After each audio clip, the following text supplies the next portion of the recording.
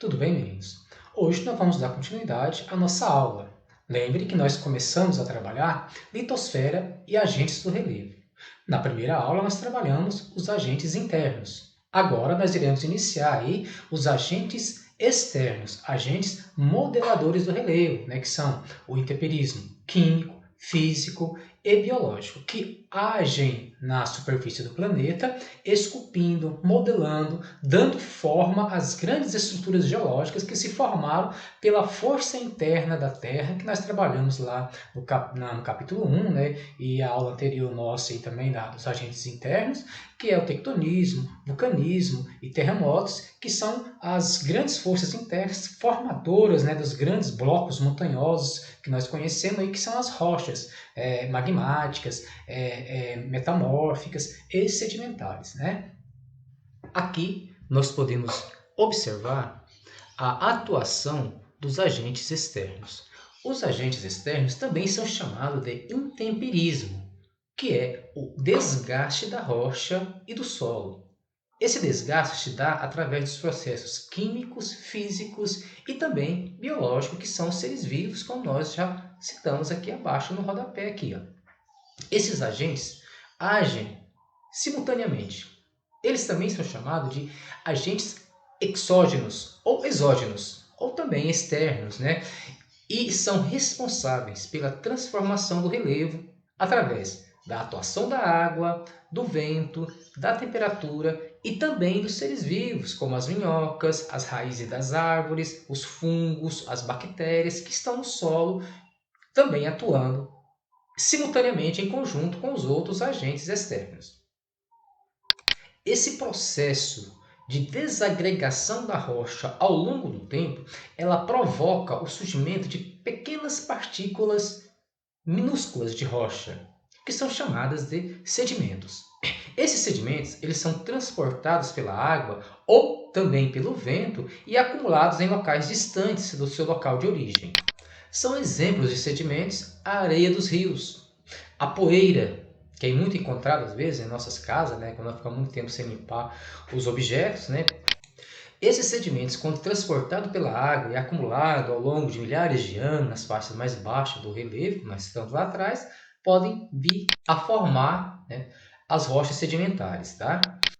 Esse mesmo processo de acúmulo de sedimento ao longo do tempo também leva à formação dos solos.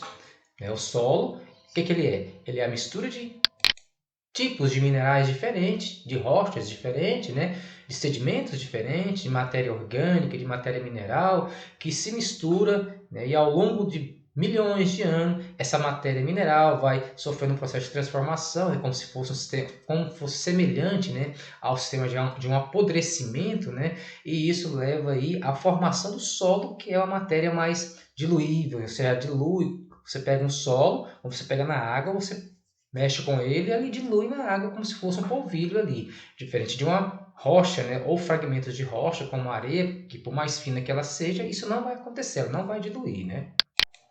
Esse conjunto de intemperismo, como nós podemos observar aqui, chamamos de intemperismo, ele é dividido em físico e químico e biológico. Vamos começar falando sobre a ação dos agentes químicos, a água. Aqui vamos dar foco à questão da ação das chuvas. O solo se compacta com muita facilidade. Podemos observar próximo às áreas residenciais. Com o atrito das pisadas e outras pressões, o solo se compacta e se impermeabiliza, ou seja, ele não consegue infiltrar água com facilidade como antes, quando ali existia uma vegetação e a água infiltrava porque os poros do solo ainda estavam abertos, os micro-organismos estavam presentes. Com o tempo, com a retirada dessa cobertura e as pessoas pisando, compacta o solo e impermeabiliza, então essa água vai infiltrar com facilidade. Tá? Com o tempo, pode surgir rachaduras onde a água da chuva se concentra naquele local, dando origem a grandes sulcos. Esses sulcos, na realidade, são grandes fendas abertas no solo que, com o tempo, como nós podemos observar aqui, parte do sedimento foi retirado, então forma-se ravinas que posteriormente, se deixar, né, ele pode atingir o lençol freático lá, a água subterrânea, e receber uma outra denominação que é as vossorocas. É quando ele atinge aí já uma grande profundidade e para recuperar se torna muito difícil. Na recuperação se recomenda utilizar árvores nativas da região, né, mas lembrando que é muito difícil recuperar uma área degradada a partir do momento que ele atinge o lençol freático. Nesse intemperismo, é bom perceber que ocorre aqui a erosão pluvial. A erosão pluvial ela é causada pela pluviosidade, pela quantidade de chuva que está ocorrendo nessa região aqui. Ó. Lembre que a quantidade de chuva que cai pode tanto retirar sedimento, levar à formação de ravinas e vossorocas, como também a perda de sedimentos, como nós observamos aí. Nas áreas de encostas, como está aqui, ó, a chuva ela vai encharcar essa região devido à falta também da vegetação original e a força da gravidade tende a puxar tudo isso para baixo, ou seja, formando aí grandes deslizamentos de terra, tá? Então, lembrando que a chuva tem uma formação de erosão diferenciada da formação de erosão dos rios. Aqui, né, é uma formação de erosão causada pela quantidade de chuva que vai cair. Das regiões tropicais, onde há grande quantidade de chuva, como a nossa, por exemplo, em períodos de chuva prolongado, as formações de ravinas e vossorocas é muito comum. E também os deslizamentos de terra nas áreas de encostas, né? Também relacionado à água, tem a erosão causada pelos rios. A erosão causada pelos rios, na maioria das vezes, né, pela falta ou ausência ou retirada da cobertura natural que existia às suas margens, ocorre aqui a erosão fluvial. Tá? A erosão fluvial ela é causada pelas águas, pelo movimento das águas dos rios. Nesse movimento da sua nascente, a área mais elevada, lá, né, na montante, na área mais alta, até a jusante, a sua foz, a área mais baixa, o rio transporta sedimento, transportando e acumulando nas suas margens. Ou seja, ali nas suas margens direita ou esquerda, pode ocasionar o que nós chamamos de planícies, bancos de areia, acúmulo de areia. Então ali são as áreas mais planas depositadas pelos movimento das águas dos rios.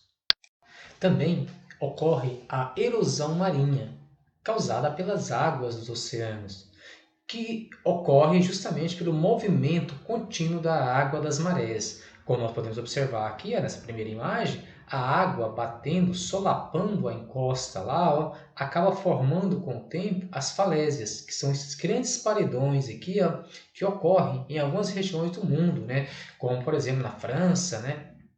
Nas regiões da Noruega, que é comum também na Inglaterra, né?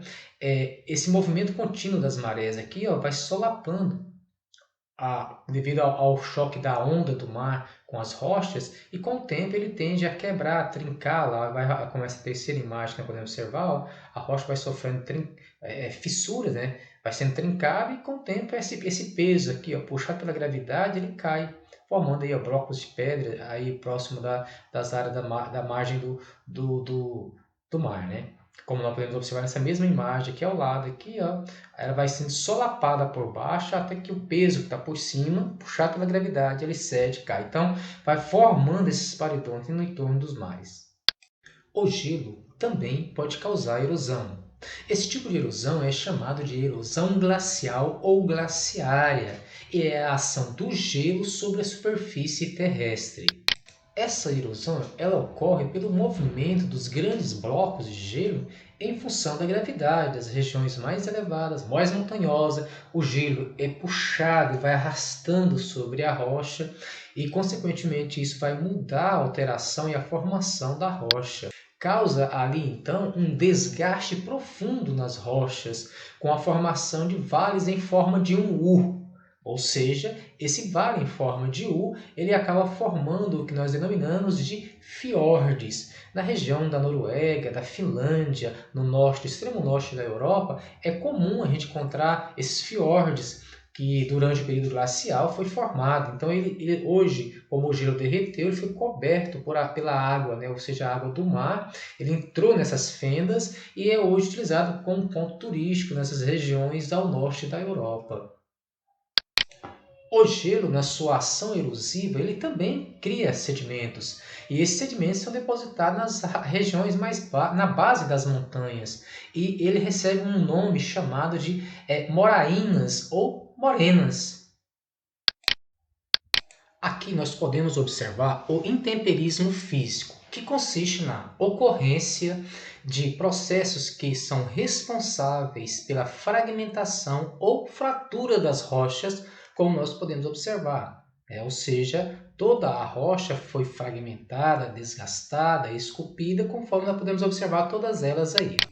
Essas fragmentações ou fissuras que nós observamos na imagem aí, ó, ela pode causar a separação dos minerais antes ordenados, né, de forma homogênea, e a rocha, então, ela passa a ser descontínua, como nós podemos observar, onde parte dela foi fragmentada, retirada pela ação do vento. O intemperismo físico ele é causado tanto pela ação da água no processo de evaporação e congelamento desta, como também da variação da umidade e temperatura ao longo de anos seguintes. A ação do intemperismo se dá, às vezes, de forma relacionando-se um intemperismo com o outro, como a temperatura, a umidade, a variação do vento. Como nós podemos observar, a temperatura ela oscila entre o dia e a noite. Durante o dia, o calor tende a dilatar a rocha e o frio à noite faz com que essa rocha vai regredir. Então, nessa ação de aumentar de tamanho e diminuir, a rocha tende a criar fissuras. Elas vão trincar e, consequentemente, diminuir em pedaços menores ao ponto de chegar à formação de areias, grande quantidade de areias, como nós podemos, por exemplo, observar nas regiões desérticas, como o Saara, o deserto de Gobi, da Namíbia, enfim, de vários outros desertos, onde você percebe a variação muito grande entre a temperatura máxima e a mínima entre dia e noite. Da mesma forma, a ação dos ventos. O papel dos ventos aí é de transportar esses sedimentos menores para as regiões mais distantes. Da mesma forma que o vento, ao transportar esses fragmentos pequenininhos de areias, em grande velocidade às vezes, ele serve como uma lixa, que vai lixiviando,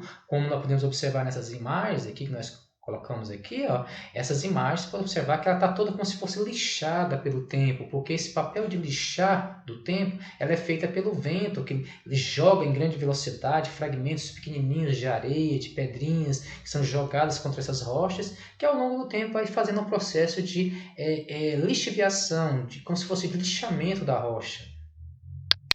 Em algumas regiões, como no Maranhão, aqui no Brasil, nós observamos que os ventos têm um papel de acúmulo de sedimentos, formando dunas. Tá? Em algumas regiões, quando nós falamos a formação de desertos, em outras, ao acúmulo de sedimento trazido dos litorais para as áreas do interior do país. O intemperismo biológico é causado pelos seres vivos. O homem é um importante modificador do relevo, com o objetivo de ajustar a natureza a seus interesses, né, derruba morros, aterra áreas para plantar, altera as vertentes dos rios. Nas cidades, por exemplo, é um exemplo bem claro, né, onde o homem altera o meio ambiente. Além do homem, outros animais, como aqui ó, a minhoca, que ao fazer buraco no solo, oxigena o solo, facilita a água chegar à rocha impermeável. Os fungos, que grudam nas rochas, né, e pode também alterar as partículas da rocha, da mesma forma aqui, ó, e as árvores nas calçadas, que ao crescer elas vão causar aí, ó, como nós podemos observar, rachaduras, fissuras, né? As raízes das plantas tendem com o tempo a deslocar a rocha, ou seja, rachar a rocha com o tempo, criando grandes fissuras nas rochas. Bom, pessoal, nossa aula hoje fica por aqui. Até a próxima aula.